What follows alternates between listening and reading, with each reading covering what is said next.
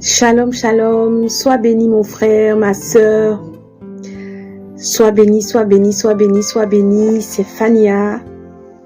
Alors, on est encore dans notre instant du soir, notre émission du soir où on va entrer encore une fois dans la parole de Dieu, on va échanger. C'est ces moments que j'apprécie parce que tout est calme. Et puis, on peut, entre intimes dans le Seigneur, on peut parler des vraies choses. Tu sais, il y a des pièges que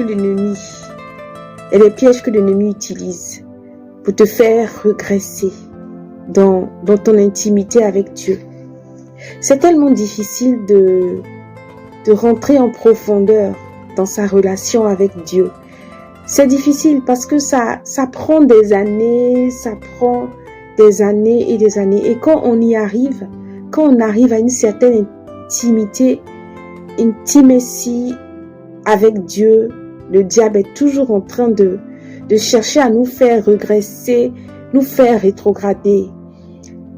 Je sais pas si c'est comme moi, si tu es comme moi, mais il y a longtemps que j'ai le Seigneur et il y a des moments où tu repars en arrière, tu reprends des habitudes que tu avais laissées depuis, des habitudes qui te faisaient perdre du temps dans ton intimité avec Dieu.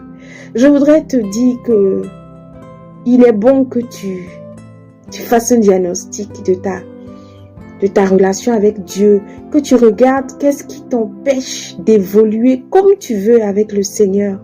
Qu'est-ce qui t'empêche d'entrer en profondeur? Essaie de comparer ta vie de prière d'il y a 5 ans, il y a 10 ans avec ta vie de prière d'aujourd'hui. Je pense que tu vas tirer beaucoup de choses et que ça va t'aider à avancer avec ton Dieu. Tu sais, il est important de grandir dans la crainte de Dieu. C'est-à-dire que la crainte qu'on avait lorsqu'on s'est converti ne peut pas être la même aujourd'hui.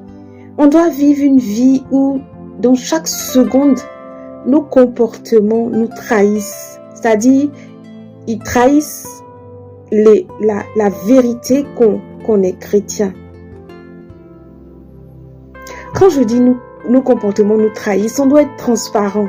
On doit être transparent de sorte à ce que notre voisin même se dit « Ah, mais celui-là, il est chrétien. » Parce que comme il se comporte, l'intégrité qu'il manifeste là, ça, on la rencontre que chez les chrétiens. Donc, l'ennemi va faire quoi? Il va t'empêcher de craindre Dieu. Il va te permettre de rentrer dans un train-train, une certaine routine avec Dieu qui fait que tu prends Dieu comme ton ami finalement. Ça fait que quand tu es dans sa présence, c'est cool quoi. C'est-à-dire, même un président qui arrive, il y a un certain protocole, il y a une certaine tenue à avoir quand ce président est là. Mais quand il s'agit de ton Dieu, parce que tu t'es habitué à parler avec lui à tout moment, il n'y a pas de rigueur. Notre Dieu est tellement cool, il est relax quoi. Tu as l'habitude de parler avec lui dans ta voiture, partout, c'est vrai. Mais il ne faudrait pas que ça dénature sa qualité intrinsèque qui est ton Dieu. Et tu as été créé pour l'adorer, pour le louer, pour le craindre. Donc, même si aujourd'hui, on n'est pas obligé d'aller à Jérusalem pour pouvoir prier, mais on peut prier quel que soit l'endroit parce que notre corps même est le temple du Saint-Esprit. Il faudrait, au-delà des situations qui t'empêchent de pouvoir prier comme tu veux quand tu rentres chez toi, tu vois, il y a toujours une petite chandelle sur la vidéo juste au-dessus. Il y a une petite chandelle qui te dit que c'est la dernière chandelle. C'est ce temps-là qu'on prend pour pouvoir parler à Dieu, pour entrer dans son intimité, pour débriefer un peu de la journée, pour débriefer de ce que on a vécu, de ce qu'on a entendu aujourd'hui. Tu ne peux pas entendre des choses dans le Seigneur et puis rester pareil. C'est pas possible. Il faut que tu fasses une analyse.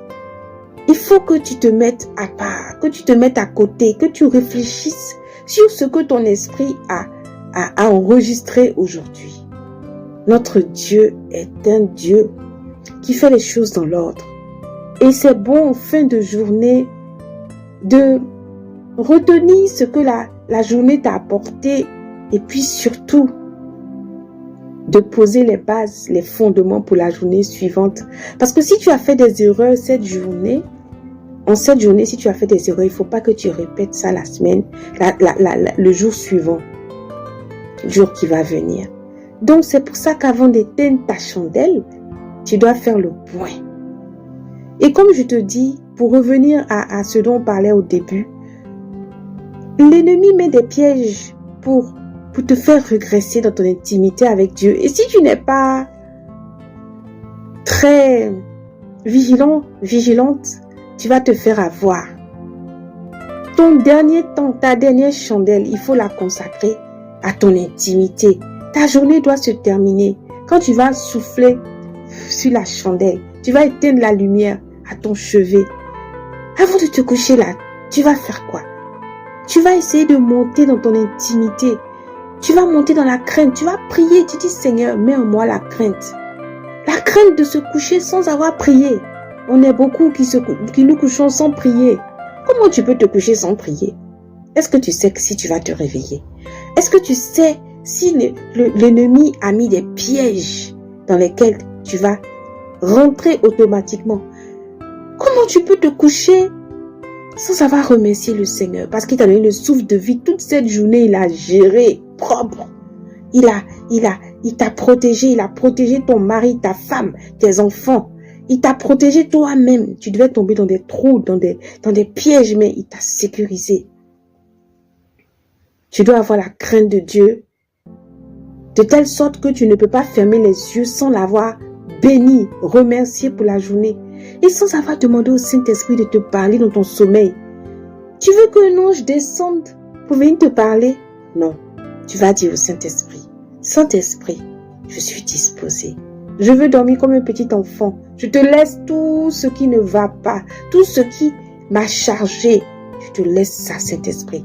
Jésus, à la croix de Golgotha, je te laisse tout ce qui m'a chargé. Viens prendre ce qui m'a chargé. Saint-Esprit, révèle-moi les choses passées. Les choses passées que j'ai peut-être oubliées, qui sont pour moi une pierre d'achoppement. Dis-moi ce qui ne va pas. Révèle-moi dans mon sommeil où tu veux que j'aille. Révèle-moi tes plans pour moi. Ah, moi je pense que tu as beaucoup de choses à demander au Seigneur avant de te coucher. Le Seigneur parle tantôt d'une manière, tantôt d'une autre. Il va utiliser ton sommeil assurément pour te parler. Alors je t'encourage à cultiver la crainte du Seigneur. À avoir peur de se coucher sans lui parler. Tu ne peux pas le faire parce que le souffle de vie là, s'il mettait un compteur, tu n'allais pas pouvoir payer ce que tu dois depuis que tu es né. Alors je te dis shalom. C'est Fania. On va toujours parler des choses qui peuvent nous permettre de bien éteindre notre chandelle avant de nous coucher. Alors je te dis shalom et sois béni. Et je te dis à bientôt.